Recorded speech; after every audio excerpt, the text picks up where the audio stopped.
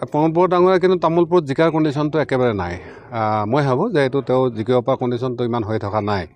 হয় যদি তেওঁলোকে দিল্লীৰ পৰা তেওঁলোকক ছাপৰ্ট দিয়ে বা বিজেপিও ছাপৰ্ট দিয়ে বি পি এফও ছাপৰ্ট দিয়ে তেতিয়া কিবা এটা হ'ব পাৰে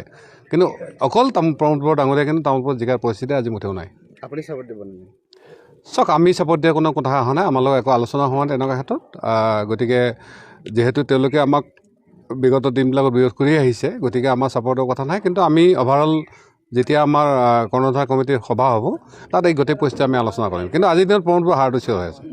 তেওঁ কিন্তু তামোলপুৰ যি গয়বাৰী সমষ্টি তেওঁৰ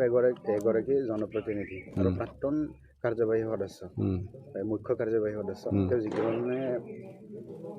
জিকাৰ সম্ভাৱনা এটা একেবাৰে নাই কাৰণ যিহেতু ইউ পি পি এলৰ অৱস্থাটো আজিৰ দিনত